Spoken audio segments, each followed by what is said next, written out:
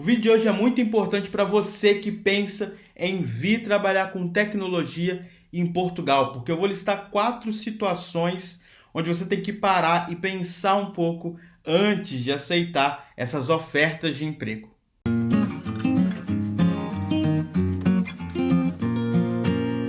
Oi, eu sou o Filho da Nuvem e esse vídeo está saindo primeiro na lista Quero Programar em Portugal. Se você não sabe o que essa lista é sobre, é uma lista de e-mail que eu criei onde eu compartilho todos os vídeos regulares sobre Portugal e tecnologia aqui do YouTube. Mas além disso, eu posto conteúdos exclusivos que não vêm para cá como vídeo, vão só para essa lista. Então, se você se interessa por esse tipo de conteúdo, você pode clicar no primeiro link da descrição e assinar essa lista de e-mail. Como eu disse, hoje a ideia é trazer aqui algumas situações que são estranhas ou pode causar algum desconforto para pessoas que aceitam ofertas de emprego, principalmente de outro país, para cá, para vir para Portugal.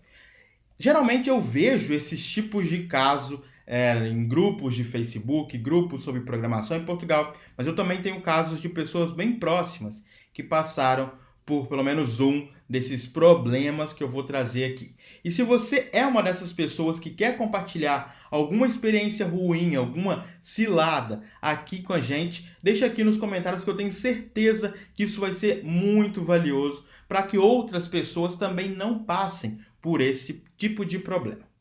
Assim como em qualquer país do mundo, aqui em Portugal também existem empresas que podem tirar alguma vantagem da falta de informação que um imigrante pode ter na hora de aceitar uma oferta de trabalho.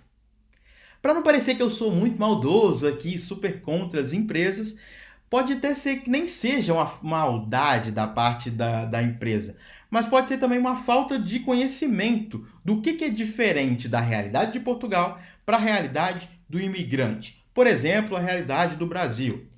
O que será que é diferente na contratação do Brasil, do CLT, para um contrato aqui de Portugal? O que será que é diferente da realidade da Angola, da realidade de Cabo Verde? É muito difícil para as pessoas daqui perceber todas essas diferenças. E isso acaba o quê? Causando uma certa falta de informação, o que pode levar pessoas, os imigrantes, a passar por maus bocados. O caso mais clássico que eu vejo é da multa contratual. A primeira coisa que eu tenho que te falar é, por favor, antes de aceitar qualquer emprego para outro país, você tem que ler muitas vezes o contrato e você tem que tentar ao máximo buscar experiências na internet para entender se esse contrato faz sentido, se não tem nada muito diferente do padrão desse país que você está aplicando. Mas o que é essa multa contratual? Eu já expliquei em outros vídeos aqui do canal que para uma empresa da Europa contratar uma pessoa, principalmente fora da União Europeia, é muito custoso e muito arriscado para essas empresas.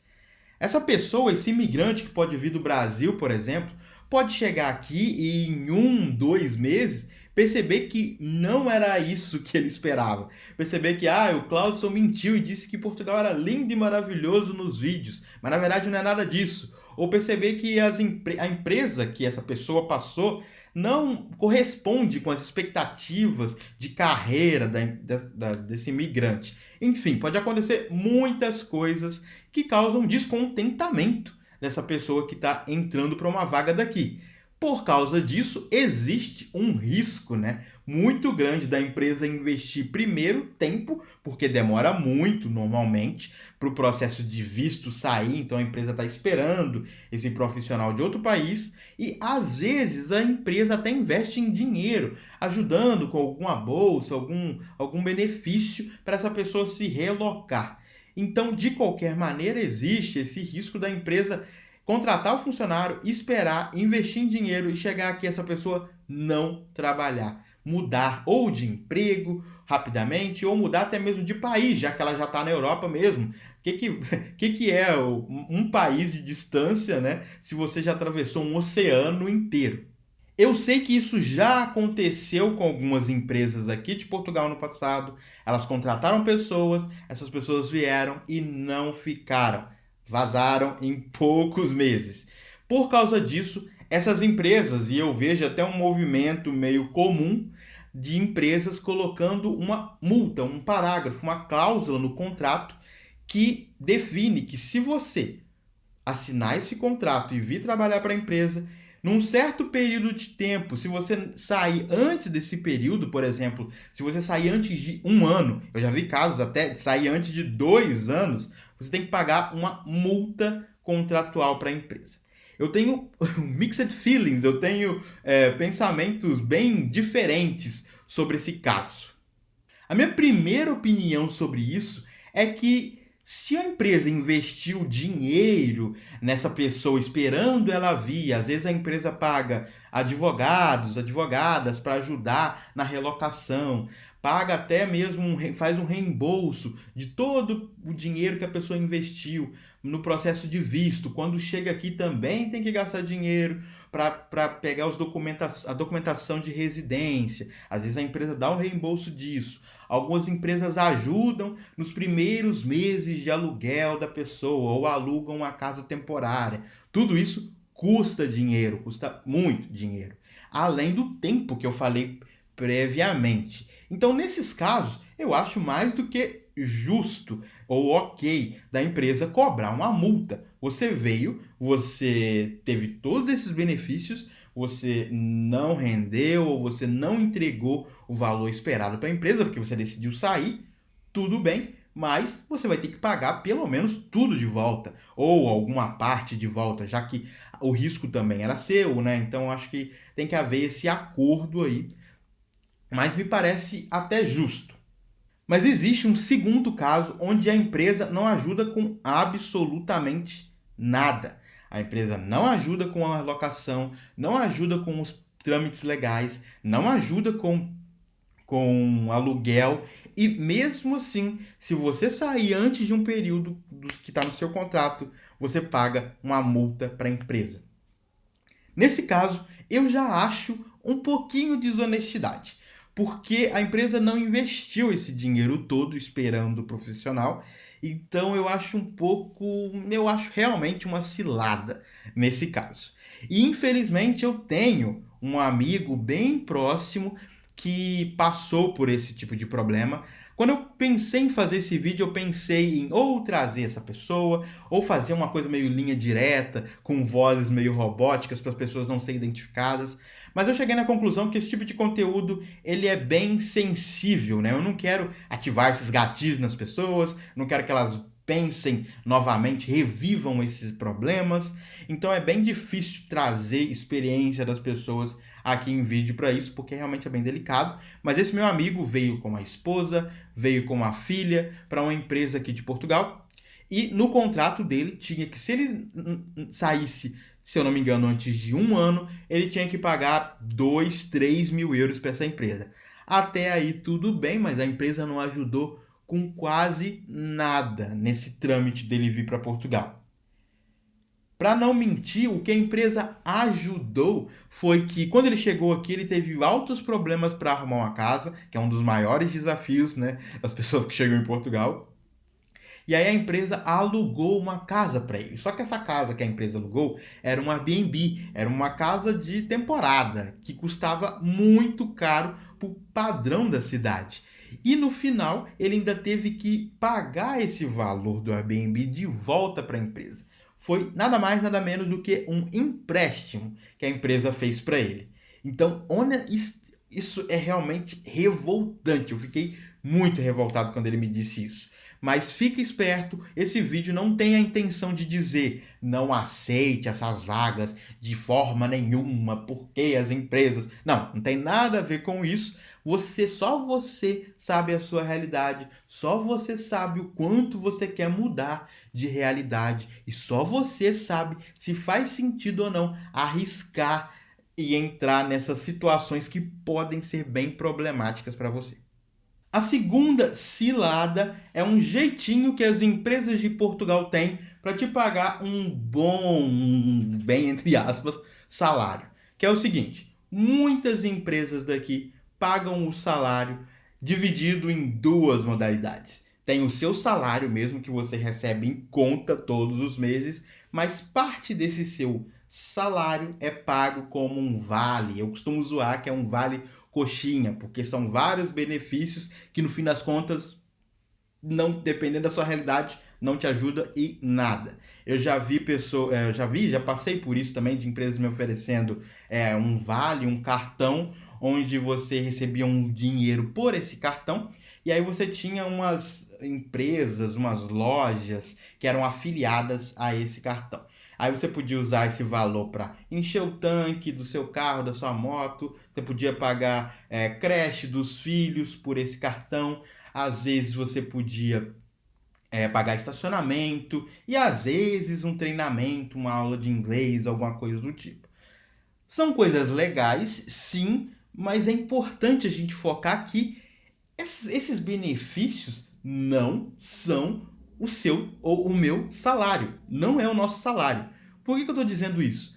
Na primeira oportunidade que a empresa precisar enxugar os gastos, esse tipo de benefício pode ser mudado, pode ser até cortado. Por quê? Porque esse tipo de coisa não está no seu contrato. O que não está no seu contrato não é o seu salário, não é o seu salário para Portugal. As empresas fazem isso justamente para tentar diminuir o quanto de imposto elas têm que pagar para cada, né, baseado em cada funcionário, né? Basicamente, não vou entrar nesses pontos aqui, né, de se é legal ou não fazer isso, mas o ponto é que esse ano mesmo, durante a pandemia, eu vi através do Tim Laser, eu fiz um vídeo sobre a pandemia e como o mercado reagiu. Vou deixar aqui na descrição, mas eu vi no Tim Laser pessoas relatando que as empresas estavam cortando esses benefícios porque era um jeito delas enxugar os gastos sem demitir as pessoas, mas ao mesmo tempo a pessoa acabou recebendo somente o que estava no contrato, que era um salário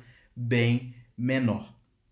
Então, de novo, antes de você aceitar esse tipo de oferta, pensa bem se você consegue viver somente com o salário que você vai ganhar em conta, se faz sentido ou não aceitar esses benefícios, se você vai ter carro, se você tem filhos, para você entender, porque senão você vai acabar recebendo esse cartão e vai que nada dos benefícios que esse cartão dá faz sentido para a sua realidade. Então, pense bem antes disso. Esse vídeo tem a intenção de abrir os olhos das pessoas para possíveis situações não muito legais que ela pode passar na hora de aceitar uma oferta de trabalho de outro país para Portugal. Me ajuda compartilhando esse vídeo, porque eu acho que é importante a gente falar também desses problemas que algumas pessoas passam na hora da imigração ou até depois, meses depois de chegada aqui em Portugal. A terceira cilada, ela é menos frequente, mas volta e meia eu vejo pessoas aparecendo em grupos de programação, tecnologia em Portugal, falando o seguinte, abre aspas, passei numa entrevista de emprego para Portugal, mas a empresa está me pedindo para vir para Portugal sem a documentação mesmo, que aqui que em Portugal, no caso, as coisas são mais rápidas, e aí de Portugal mesmo eu vou aplicar para o visto, e enfim. Ela nem me mandou o contrato, mas está dizendo para eu ir para Portugal e resolver as coisas de Portugal. Fecha aspas. Gente, 1 minuto de silêncio para esse tipo de situação. É muito perigoso fazer esse tipo de coisa. Como que você vai mudar de país sem ter nenhum contrato que garante que você vai trabalhar numa empresa? Quando você chegar aqui no aeroporto de mudança com todas as suas malas, você vai passar pelo CEF, que é o Serviço de Estrangeiros e Fronteiras, que é como se fosse a Polícia Federal do Brasil. Você vai passar por uma entrevista. E essa pessoa vai te perguntar o que você veio fazer em Portugal. Nesse momento, você tem duas chances. Vamos ser bem lógicos aqui. Você tem duas opções. A primeira opção, você vai dizer a verdade. Você vai dizer que veio para trabalhar numa empresa em Portugal. Quando você disser isso, o oficial vai te perguntar, ok, cadê o seu visto? Ou cadê o seu contrato de trabalho? E você não tem isso. Você tem, no máximo, um e-mail trocado com a empresa. O que te garante, o que garante para esse oficial, o que garante para o CEF que esse e-mail é um documento válido? Isso é uma troca de mensagens, isso não vale absolutamente nada. Mas a segunda opção talvez seja pior ainda, que é o quê? você não vai dizer a verdade, você vai mentir. Você vai dizer que, só vim visitar Portugal, eu tá aqui minha passagem de volta, eu vou voltar daqui a 15 dias. Mentir para um oficial do governo é crime. O que pode acontecer com você se a pessoa descobrir que você está mentindo, for pega mentindo? Sério, eu não gosto nem de pensar nesses casos. Eu não trago esse tipo de conteúdo aqui no canal sobre viver ilegal em Portugal, porque não é a minha realidade. E eu não aconselho isso para ninguém, honestamente. E tem muitos conteúdos aqui no canal. Aqui no canal não.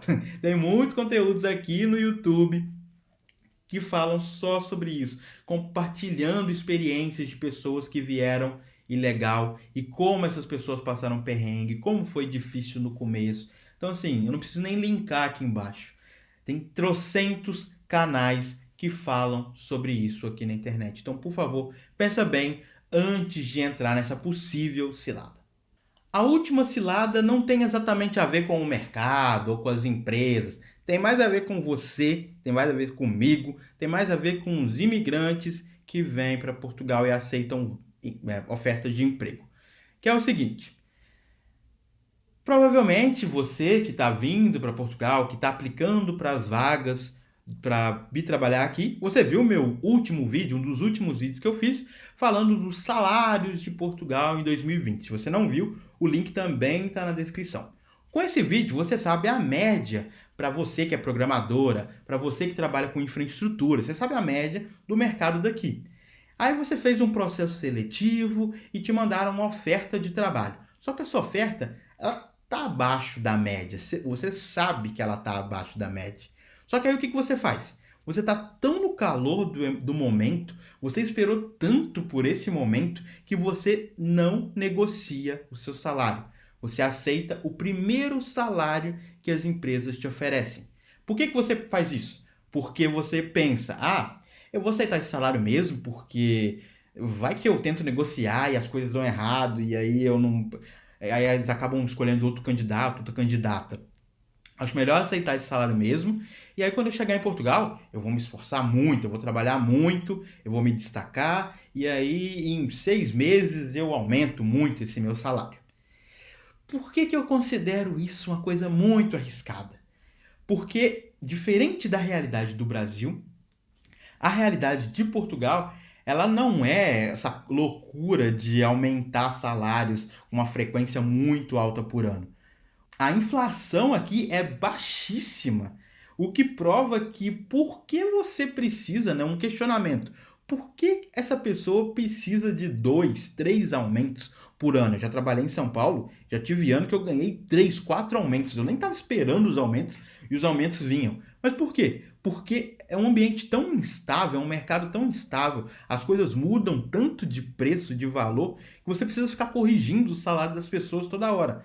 Aqui as coisas são bem mais estáveis. Não quer dizer que as coisas não mudam de preço, mas de um ano para o outro, você não vai receber vários aumentos. E mesmo recebendo aumentos, esses aumentos não vão ser significativos, né? Eu trouxe aqui também no vídeo de salários de Portugal. Na verdade, eu não trouxe, né? Eu trouxe o link que fala que as pessoas anualmente costumam ter aumentos de 10%, no máximo 15%. Então, jogar essa responsabilidade que você vai vir para cá e depois você vai aumentar o seu salário, ela é relativamente arriscada. Principalmente se a gente liga essa cilada com a primeira cilada da multa contratual. Quando você chegar aqui, se você tem uma multa, se você tem um contrato que obriga você a trabalhar por um ano, quem te garante que você vai ter um aumento em um ano? Muitas empresas aqui ainda têm sistemas de aumento de salário anuais. Ou seja, você tem pontos específicos no ano, às vezes é até um ponto só, um mês só, onde você pode negociar o seu salário. Ou seja, você vai ter que esperar, nesses casos, um ano para pedir para aumentar o salário. Ou você vai procurar uma oferta para fora, mas aí se você tiver uma multa, você vai ter que pagar essa multa. Ou seja, pensa bem, se eu fosse você, negociava sim o seu salário, porque a situação é a seguinte: você não pode pensar que você tem que aceitar qualquer salário porque você está numa situação de desvantagem, né? A verdade não é essa. A empresa também está procurando um profissional, ela também está numa posição de desvantagem. Ela não ia estar procurando uma pessoa de fora de Portugal à toa. Então, sim, valorize-se, negocie o seu salário. Eu quero que você deixe aqui embaixo o que você achou desse vídeo, o que você achou dessas experiências, né? O que você acha da multa contratual, mesmo quando a empresa não investe no candidato? Você acha isso comum e aceitável ou você acha isso um absurdo? Deixe aqui nos comentários que eu quero saber a sua opinião sobre isso. De novo, eu quero dizer que eu não estou aqui para desincentivar ninguém ou dizer que Portugal é ruim e coisas do tipo, porque de vez em quando aparece alguém aqui me xingando nos comentários e tal. Não é sobre isso, mas é sobre alertar você sobre possíveis coisas que podem acontecer e podem te levar para uma situação que é uma verdadeira cilada, Bino. E no mais, eu espero vocês no próximo vídeo aqui do canal. Tchau!